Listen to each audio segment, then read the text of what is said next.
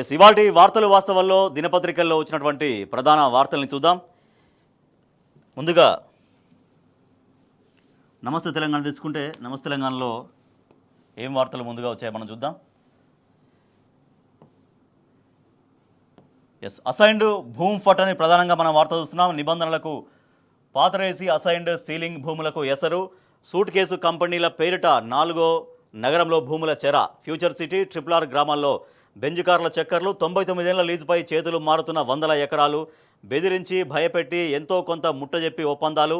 తిలాపాపం తలా పిడికెడు. Service retired ఆఫీసర్లకు కూడా దీంట్లో భాగం వెళ్తున్నట్టుగా ఈ వార్త మనం చూస్తున్నాం. రికార్డుల్లో పట్టాలుగా మార్చేందుకు కదుపుతున్న పావులు. అవి మారుమూలన రాళ్ళు గుట్టలు ఏనెలతో నిండినటువంటి భూములు, తొండలు కూడా గుడ్లు పెట్టని నేలలు. అందుకే దశాబ్దాల కిందట ప్రభుత్వాలు ఆ భూములను నిరుపేదలకు సాగు చేసేందుకు ఇచ్చాయి. దశాబ్దాలుగా ఆ రైతులు తమ కండల్ని కరిగించి వాటిని చదును చేసుకొని సాగు చేసుకుంటున్నారు. ఇప్పుడు ఆ భూములకు దశ తిరిగింది. పాలకులు ప్రకటిస్తున్న 4th అలియాస్ ఫ్యూచర్ సిటీలు ఆ భూముల పక్కనే వెలుస్తున్నాయి. సర్కారు పెద్దలు గీస్తున్న RRR రింగ్ రోడ్లు, గ్రీన్ఫీల్డ్ రోడ్లు వాటి సమీపం నుంచే వెళ్తున్నాయి. సో దీంతో ఆ పేదల భూముల్ని లాక్కునేటువంటి ప్రయత్నం జరుగుతుంది. దీంట్లో రిటైర్డ్ అధికారులు కూడా దాంట్లో ఒక వాటాదారులుగా ఉన్నట్టుగా మనం చూస్తున్నాం. ప్రభుత్వ పెద్దలు ఆ భూములపై కన్నేసి పేదలకు ఎప్పటి నుంచో కొన్ని దశాబ్దాల కింద పేదలకు ఏవైతే భూములు ఇచ్చారో ఆ భూముల్ని చెరబట్టేందుకు ఈ 4th సిటీ మాయాజాలంతో ఆ పేదలకు ఇచ్చినటువంటి ఆ భూముల్ని లాక్కునే ప్రయత్నం ప్రభుత్వ పెద్దలు చేస్తున్నట్టుగా ఈ వార్త మనం చూస్తున్నాం. 4th సిటీ ఫ్యూచర్ ట్రేడింగ్ నిబంధనలకు పాతరేసి అసైన్డ్ సీలింగ్ భూములకు ఎసరు. అసైన్డ్ భూములు, సీలింగ్ భూములు ఎట్టి పరిస్థితుల్లో కూడా పట్టాలు చేసుకోవడానికి వీల్లేదు. సో దాంట్లో ఆ భూముల్ని అమ్మకానికి కానీ కొనడానికి కానీ వీలున్నటువంటి కొన్ని లావణి పట్టాలు కావచ్చు, ఇటువంటివి ఉంటాయి దాంట్లో. సో భూములపైన కొంతమంది ప్రభుత్వ పెద్దలు కన్నేసి గతంలో ఆఫీసర్లుగా పనిచేసినటువంటి వాళ్ళ అనుభవాన్ని ఉపయోగించుకొని ఆ రిటైర్డ్ ఆఫీసర్లకు కూడా దాంట్లో వాటాలు ఇచ్చుకుంటూ ఆ భూములన్నింటినీ కూడా ఆ పేదల నుంచి లాక్కొని వాళ్ళు ఈ 4th సిటీ ఏదైతే వస్తుందో దాని ద్వారా లబ్ధి పొందాలని కొంతమంది ప్రభుత్వ పెద్దలు చూస్తున్నట్టుగా ఈ వార్త మనం చూస్తున్నాం. పేదలే టార్గెట్గా జరుగుతోంది. సో దీంట్లో అందరూ కూడా దీంట్లో ఒక భాగస్వాములుగా ఉన్నట్టుగా మనకు తెలుస్తోంది. రైట్, మరొక చూస్తున్నాం. కొత్త అలైన్మెంట్ వద్దే వద్దు, RRR పట్టా భూముల మీదుగా వెళ్తే తీవ్ర నష్టమని రైతులు ఆవేదన వ్యక్తం చేస్తున్నారు. సుమారు 200 ఎకరాల పాటు కోల్పోతున్నామని ఆందోళన వ్యక్తం చేస్తున్నారు. అలైన్మెంట్ మార్చకపోతే ఉధృతంగా ఉద్యమిస్తామని హెచ్చరిక. వికారాబాద్ జిల్లా కలెక్టర్కు నవాబ్పేట రైతుల వినతి. వికారాబాద్ జిల్లా మీదుగా వెళ్ళనున్నటువంటి RRR కొత్త అలైన్మెంట్ వద్దే వద్దని రైతులు తీవ్రంగా వ్యతిరేకిస్తున్నారు. కొత్త అలైన్మెంట్తో పెద్ద మొత్తంలో పట్టా భూములు కోల్పోవలసి వస్తుందని వాళ్ళు ఆవేదన వ్యక్తం చేస్తున్నటువంటి వార్త మనం చూస్తున్నాం. సో అదే రైతుల స్పందన చూడొచ్చు. నెమ్మదిగా మారుతున్నటువంటి రికార్డులు. మేము ఒప్పుకునేది లేదు. RRR కొత్త అలైన్మెంట్ను ఎట్టి పరిస్థితుల్లోనూ ఒప్పుకునేది లేదు. ప్రభుత్వం ముందుకెళ్తే మేము తీవ్రంగా ఉద్యమిస్తాం. పాత అలైన్మెంటు ప్రభుత్వ భూముల మీదుగా వెళ్ళింది. ఏం జరిగిందో ఏమో తూర్పు వైపు మార్చడంతో పట్టా భూములు కోల్పోవాల్సి వస్తుంది. సో ఇప్పుడు ప్రభుత్వం ఏదైతే కొత్త అలైన్మెంట్ తీసుకొస్తుందో దానివల్ల పట్టా భూములు కోల్పోవాల్సి వస్తుంది. మా భూముల్ని మేము నష్టపోవాల్సి వస్తుందంటూ రైతాంగం ఆవేదన వ్యక్తం చేస్తున్నారు. మేము ఒప్పుకునేది లేదని చెప్తున్నారు. రోడ్డున పడతాం. రింగ్ రోడ్డు పాత అలైన్మెంట్తో ప్రభుత్వ భూములు, బీడు భూములు పోయేవి. కొత్త అలైన్మెంట్తో పట్టా భూములు, బోర్లు, బావులు కోల్పోతున్నాం. మాకు వేరే దగ్గర భూములు లేవు. ఈ భూములు పోతే మాకు ఇంకో దగ్గర భూములు లేవు. మేము ఎట్లా బతకాలి అంటూ రైతులు ఆవేదన వ్యక్తం చేస్తున్నారు. గత ప్రభుత్వం తీసుకొచ్చిన అలైన్మెంట్ ప్రకారం అయితే అది బీడు భూములు లేదంటే ప్రభుత్వ భూములు అట్లా ఎఫెక్ట్ అయ్యేవి. కానీ ఇక్కడ ప్యూర్లీ పట్టా భూములు ఎఫెక్ట్ అవుతున్నాయి. పట్టా భూములు ఎఫెక్ట్ కావడం వల్ల మేము చాలా నష్టపోతామంటూ రైతులు ఆవేదన వ్యక్తం చేస్తున్నారు. మాకు ఎటువంటి ఆధారం లేదు. మా భూమి దగ్గర సర్వే నెంబర్ 172 అని గుర్తు వేశారు. మాకున్న మొత్తం 5 ఎకరాల భూమి పోతుందని ఇంటిల్లి పాది తిండి తిప్పలు లేకుండా ఆందోళనతో ఉన్నాం. చదువుకున్నాం కానీ ప్రభుత్వ ఉద్యోగాలు రాలేదు. మాకున్న 5 ఎకరాలపైనే మా కుటుంబం అంతా ఆధారపడి జీవిస్తుంది. ఏటా 3 పంటలు పండిస్తున్నాం. ఈ భూములు పోతే మాకేమీ ఆధారం లేదు అంటూ కొత్త అలైన్మెంట్ను తీవ్రంగా రైతులు వ్యతిరేకిస్తున్నారు. రైతుల జోలికి రావద్దు. RRR కోసం పూలపల్లిలో S168 నుంచి S174 వరకు గుర్తులు వేశారు. మాకు ఆందోళనగా ఉంది. కొత్త అలైన్మెంట్కు కొద్ది దూరం నుంచే ప్రభుత్వ భూములు ఉన్నాయి కాబట్టి ప్రభుత్వ భూముల మీదుగా వెళ్తే అందరం ఆహ్వానిస్తాం. ఇది అక్కడి రైతులు చెప్తున్నటువంటి మాట. సో ఎందుకు మరి రైతులు ఇంత వ్యతిరేకిస్తున్నా కూడా అంత ప్రభుత్వం ఓన్లీ రైతుల పట్టా భూముల నుంచే అలైన్మెంట్ ఎందుకు తీసుకొచ్చింది? వాళ్ళ భూముల్ని ప్రభుత్వం ఎందుకు వాళ్లకు లేకుండా చేస్తుంది అన్నటువంటి ప్రశ్నలు మనం చూడొచ్చు.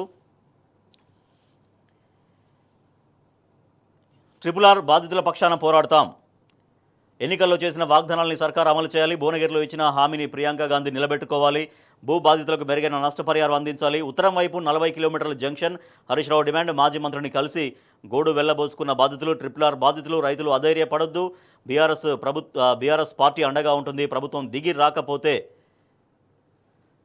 పార్టీ తరపున పోరాడతామంటూ మాజీ మంత్రి హరీష్ రావు స్పష్టం చేశారు. RRR బాధితులు, రైతులు హరీష్ రావును నిన్న కలిశారు. సో ఎట్టి పరిస్థితుల్లో బీఆర్ఎస్ పార్టీ వారికి అండగా నిలుస్తుందంటూ మాజీ మంత్రి హరీష్ రావు వాళ్ళకి ఒక భరోసా కల్పించారు. సో ఎందుకు మరి ఇంత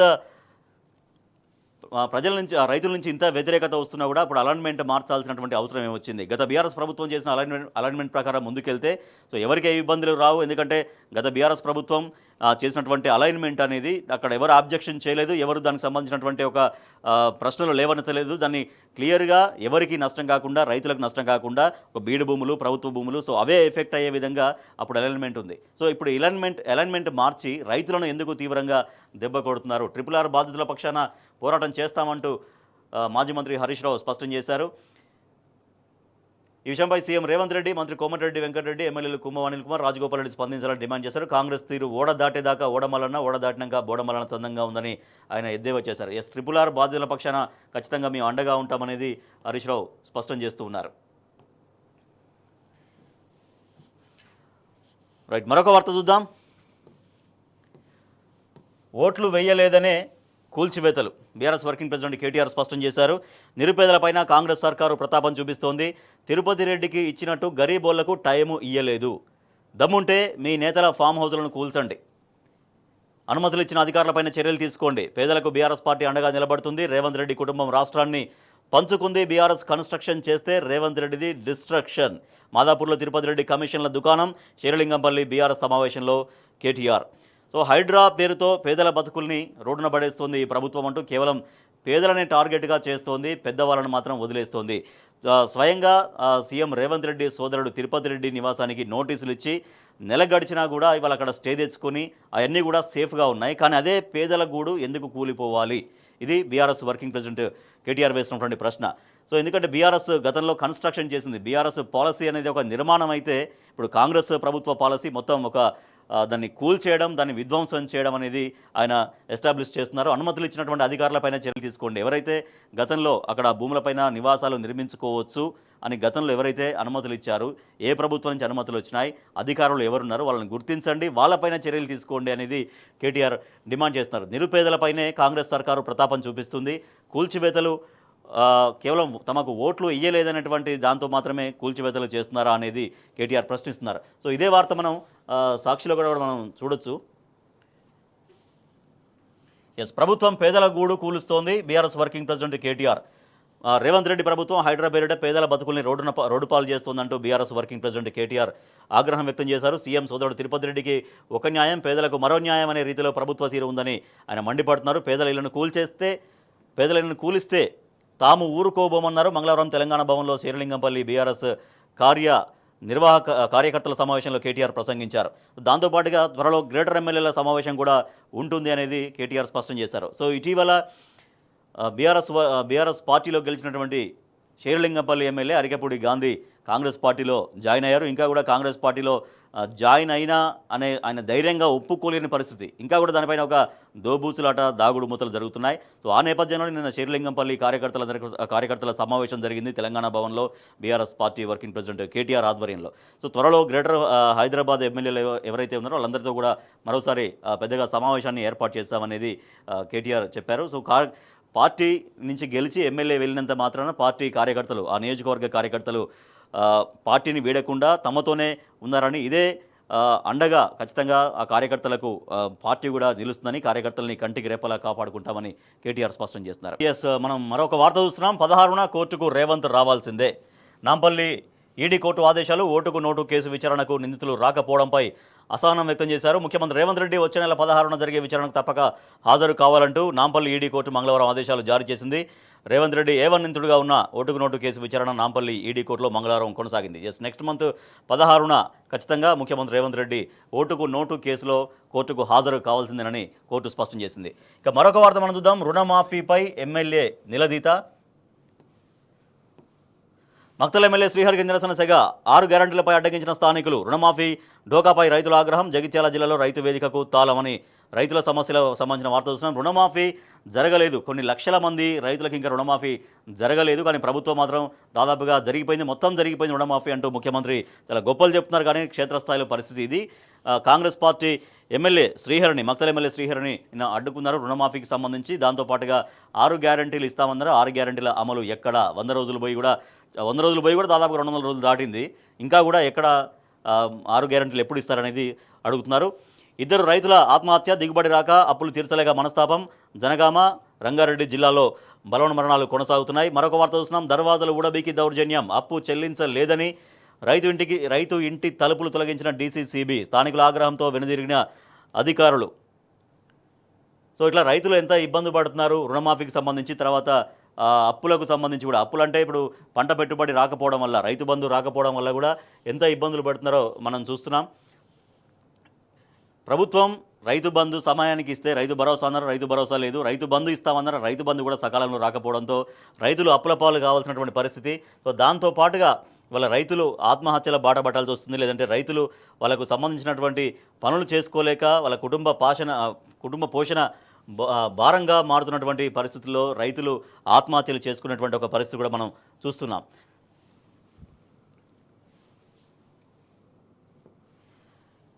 కొన్ని చోట్ల రైతులు ఎమ్మెల్యేలని అడ్డుకుంటున్నారు. రుణమాఫీ సంబంధించి రుణమాఫీ ఇంకా ఎప్పుడు జరుగుతుంది అనేది కూడా.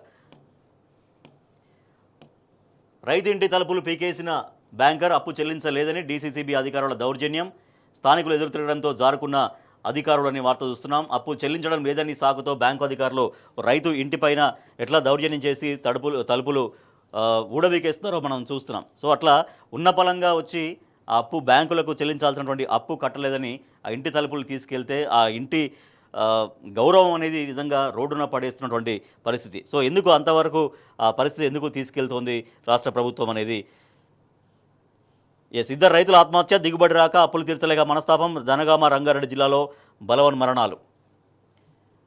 మాఫీ రాలేదని రైతు వేదికకు తాళం. నమ్మి ఓటేస్తే నోట్లో మట్టి కొట్టిరు. రుణమాఫీపై సీఎం మాట తప్పిన 2 లక్షల వరకు మాఫీ చేయాలి అంటూ రైతులు డిమాండ్ చేస్తున్నారు. సో ఇదే రుణమాఫీకి సంబంధించి ఆంధ్రజ్యోతిలో ఒక వార్త మనం చూస్తున్నాం.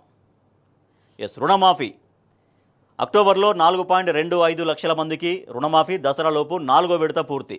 సో ఆల్రెడీ మన ప్రభుత్వం మొత్తం ఆల్రెడీ ఒకటే విడతలో కంప్లీట్ చేశామని చెప్పింది. ఇంకా కూడా 4,25,000 మందికి రుణమాఫీ జరగలేదు. అది అక్టోబర్లో చేస్తామనేది ఆంధ్రజ్యోతి పత్రికలో మనకు కనిపిస్తున్నటువంటి వార్త. దసరాలోపు 4వ విడత పూర్తి. మరి ముఖ్యమంత్రి ఆల్రెడీ చెప్తున్నారు రుణమాఫీ జరిగిపోయిందని. సో దీనికి ఇప్పుడు సమాధానం ముఖ్యమంత్రి ఏం చెప్తారు అని రైతులు ప్రశ్నిస్తున్నారు. రుణమాఫీ జరిగిపోయింది, ఆల్రెడీ ఆగస్టు 15 డెడ్లైన్ పెట్టుకున్నాము. సింగిల్ స్ట్రోక్తో ఆగస్టు 15కు 2 లక్షల లోపు ఎవరికైతే రుణమాఫీ కావాలో వాళ్ళందరికీ అయిపోయింది. ఇది ముఖ్యమంత్రి ఇప్పటికి కూడా ప్రతి వేదిక పైన చెప్తున్న మాట. సరే, మంత్రులు చెప్తున్నారు, మంత్రులు ఇంకా రుణమాఫీ చాలామందికి జరగలేదు, బ్యాంకులకు మీరు రిలీజ్ చేసినటువంటి అమౌంట్ అనేది రైతుల ఖాతాలో పడలేదని స్వయంగా డిప్యూటీ సీఎం బట్టి విక్రమార్క చెప్తున్నారు. ఆయన కేవలం 18,000 కోట్లు మాత్రమే రిలీజ్ చేశామని చెప్తున్నారు. కానీ ఇంకా రుణమాఫీ జరగని రైతుల సంఖ్య కొన్ని లక్షల్లో ఉంది. సో దాంట్లో కొన్ని లక్షల మందికి, 4.25 లక్షల మందికి అక్టోబర్లో రుణమాఫీ చేస్తామన్నారు. సో రుణమాఫీ చేస్తామంటే ఇంక రుణమాఫీ పూర్తిగా జరగనట్టే అనేది చాలా స్పష్టంగా తెలుస్తోంది. సో రుణమాఫీ విషయంలో రైతులను ఎందుకు ఇట్లా దగా చేసింది ప్రభుత్వం అంటూ ఒక ఆవేదన, ఆందోళన కనిపిస్తోంది. మరొక వార్త చూస్తున్నాం. ఎట్టకేలకు నీళ్ళు ఇచ్చారు, యుద్ధ ప్రాతిపదికన గండి పూడ్చివేత. ఖమ్మం రైతులకు సాగర్ జలాలు. కాలువ నీటిని పరిశీలించిన మంత్రి పొంగులేటి. ఇరిగేషన్ అధికారులపై ఆగ్రహం. ఇది హరీష్ రావు ఎఫెక్ట్. మొన్న హరీష్ రావు ప్రెస్ మీట్ పెట్టి మాట్లాడారు. గండి పడి ఇన్ని రోజులైనా కూడా రైతుల ఆవేదన పట్టదా, రైతుల ఆందోళన పట్టదా, పంటలు ఎండిపోతున్నా కూడా ప్రభుత్వం ఎందుకు పట్టించుకోవట్లేదు, ఎందుకు కదలట్లేదు, చలనం ఎందుకు లేదు అనేది మొన్న హరీష్ రావు చాలా తీవ్రంగా ఫైర్ అయ్యారు. సో దాంతో హుటాహుటిన అక్కడ ఖమ్మం జిల్లా మంత్రులు కార్యక్షేత్రంలోకి దిగడం, అధికారులను అలర్ట్ చేయడం, తర్వాత ఫైనల్గా గండి పూడ్చడం, తర్వాత కాలువలను పరిశీలించడం జరుగుతుంది. సో అంటే ఒక ప్రభుత్వానికి తనంతట తానుగా ఈ పని చేయాలి అనేది ఎందుకు అనిపించట్లేదు. సో పదే పదే ప్రభుత్వాన్ని మేలుకొలిపితే తప్పించి ఇటువంటి నిర్ణయాలు తీసుకోవా అనేది వార్తగా మనం చూడొచ్చు. రైట్, మరొక వార్త మనం చూస్తున్నాం. రేవంత్తో బీజేపీ నేతల కుమ్మక్కు అమృత్ స్కామ్పై మాట్లాడారు ఎందుకు? స్కామ్పై కేంద్ర మంత్రి స్పందన హాస్యాస్పదం అంటూ బీఆర్ఎస్ నేత రావుల శ్రీధర్ రెడ్డి నిన్న వ్యాఖ్యానించారు. సో బీజేపీ ఎందుకు మౌనంగా ఉంటుంది? అమృత్ అనేది కేంద్ర ప్రభుత్వ పథకం. కేంద్ర ప్రభుత్వ పథకంలో అవినీతి జరిగింది, స్కామ్ జరిగింది అని బీఆర్ఎస్ మాట్లాడుతూ ఉంటే ఎందుకు బీజేపీ మౌనంగా ఉంటుందనేది బీఆర్ఎస్ ప్రశ్నిస్తుంది. ఇక మరొక వార్త చూస్తే కాల్వలు తెగడానికి కారణం ఎవరు? దీనిపై విచారణకు సిద్ధమా? మాజీ మంత్రి జగదీష్ రెడ్డి సవాల్ విసురుతున్నారు. ఎవరికి? మంత్రి ఉత్తమ్ కుమార్ రెడ్డికి. సాగునీటి కాలువలు తెగడానికి ఎవరు కారణమో తేల్చేందుకు విచారణకు సిద్ధమా అని నీటిపారుదల శాఖ మంత్రి ఉత్తమ్ కుమార్ రెడ్డికి మాజీ మంత్రి సూర్యాపేట ఎమ్మెల్యే జగదీష్ రెడ్డి సవాల్ విసిరారు. మంగళవారం సాగర్ ఎడమ కాలువ గండి మరమ్మత్తు పనులను మంత్రి ఉత్తమ్ పరిశీలించిన సందర్భంగా ఎడమ కాలువకు గండ్ల పాపం, గత ప్రభుత్వ నిర్వాకం అనడంపైన జగదీష్ రెడ్డి తీవ్ర స్థాయిలో విరుచుకుపడ్డారు. మీ వైఫల్యాల్ని కప్పిపుచ్చుకునేందుకు బీఆర్ఎస్పై నిందలు వేస్తారా అంటూ ఆయన ప్రశ్నించినటువంటి వార్త ఒకటి చూడొచ్చు. రైట్, మరొక వార్త మనం చూస్తున్నాం.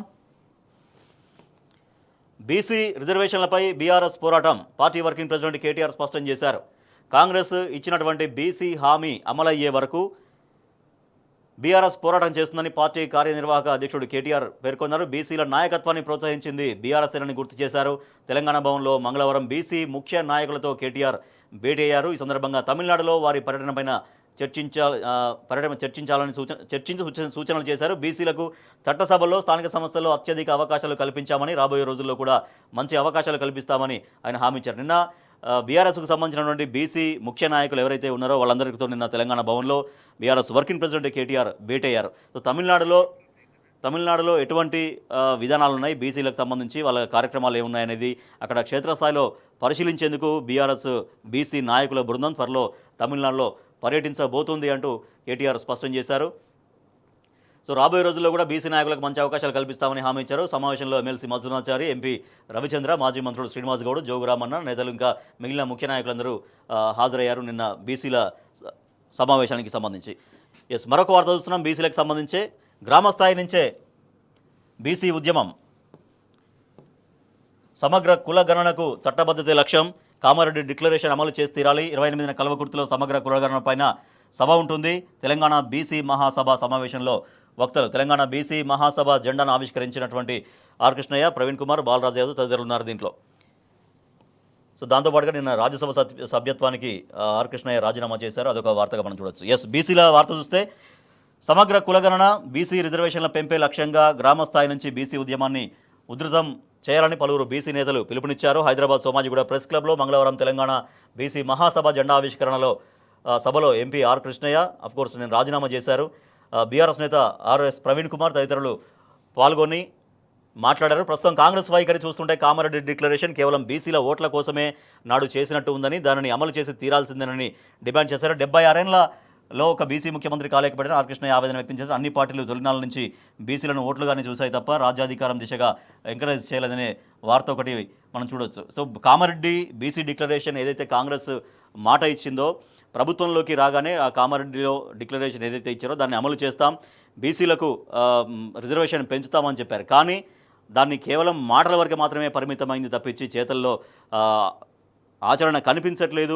కేవలం బీసీ గణన చేస్తాం, కులగణన చేస్తామని మాటలు చెప్తుంది తప్పించి కేవలం కాలయాపనే కాంగ్రెస్ ప్రభుత్వం చేస్తుంది తప్పించి దాంట్లో కార్యాచరణ కనిపించట్లేదు అంటూ బీసీ నాయకులు ఆగ్రహం వ్యక్తం చేశారు. సో దాంతోపాటుగా ఇందాక మనం చూసినట్టుగా బీసీ రిజర్వేషన్లపైన బీఆర్ఎస్ తన పోరాటాన్ని కొనసాగిస్తూనే ఉంటుందని బీఆర్ఎస్ వర్కింగ్ ప్రెసిడెంట్ కేటీఆర్ చెప్పారు. సో దాంతోపాటుగా అనేక అంశాలు ఉన్నాయి. అంటే బీసీల విషయం తీసుకుంటే కామారెడ్డిలో ఏవైతే హామీ ఇచ్చిందో కాంగ్రెస్ పార్టీ హామీ ఇచ్చిందో ఆ హామీ ఖచ్చితంగా నిలబెట్టుకోవాలి అనేది బీఆర్ఎస్ పార్టీగా బీసీ నాయకులుగా డిమాండ్ చేస్తున్నారు. త్వరలో బీసీ నాయకులందరూ కూడా బీఆర్ఎస్ సంబంధించినటువంటి బీసీ నాయకులు తమిళనాడులో పర్యటించబోతున్నట్టుగా వార్తగా మనం చూస్తున్నాం. రైట్, ఇవి పత్రికల్లో వచ్చినటువంటి ప్రధాన వార్తలు.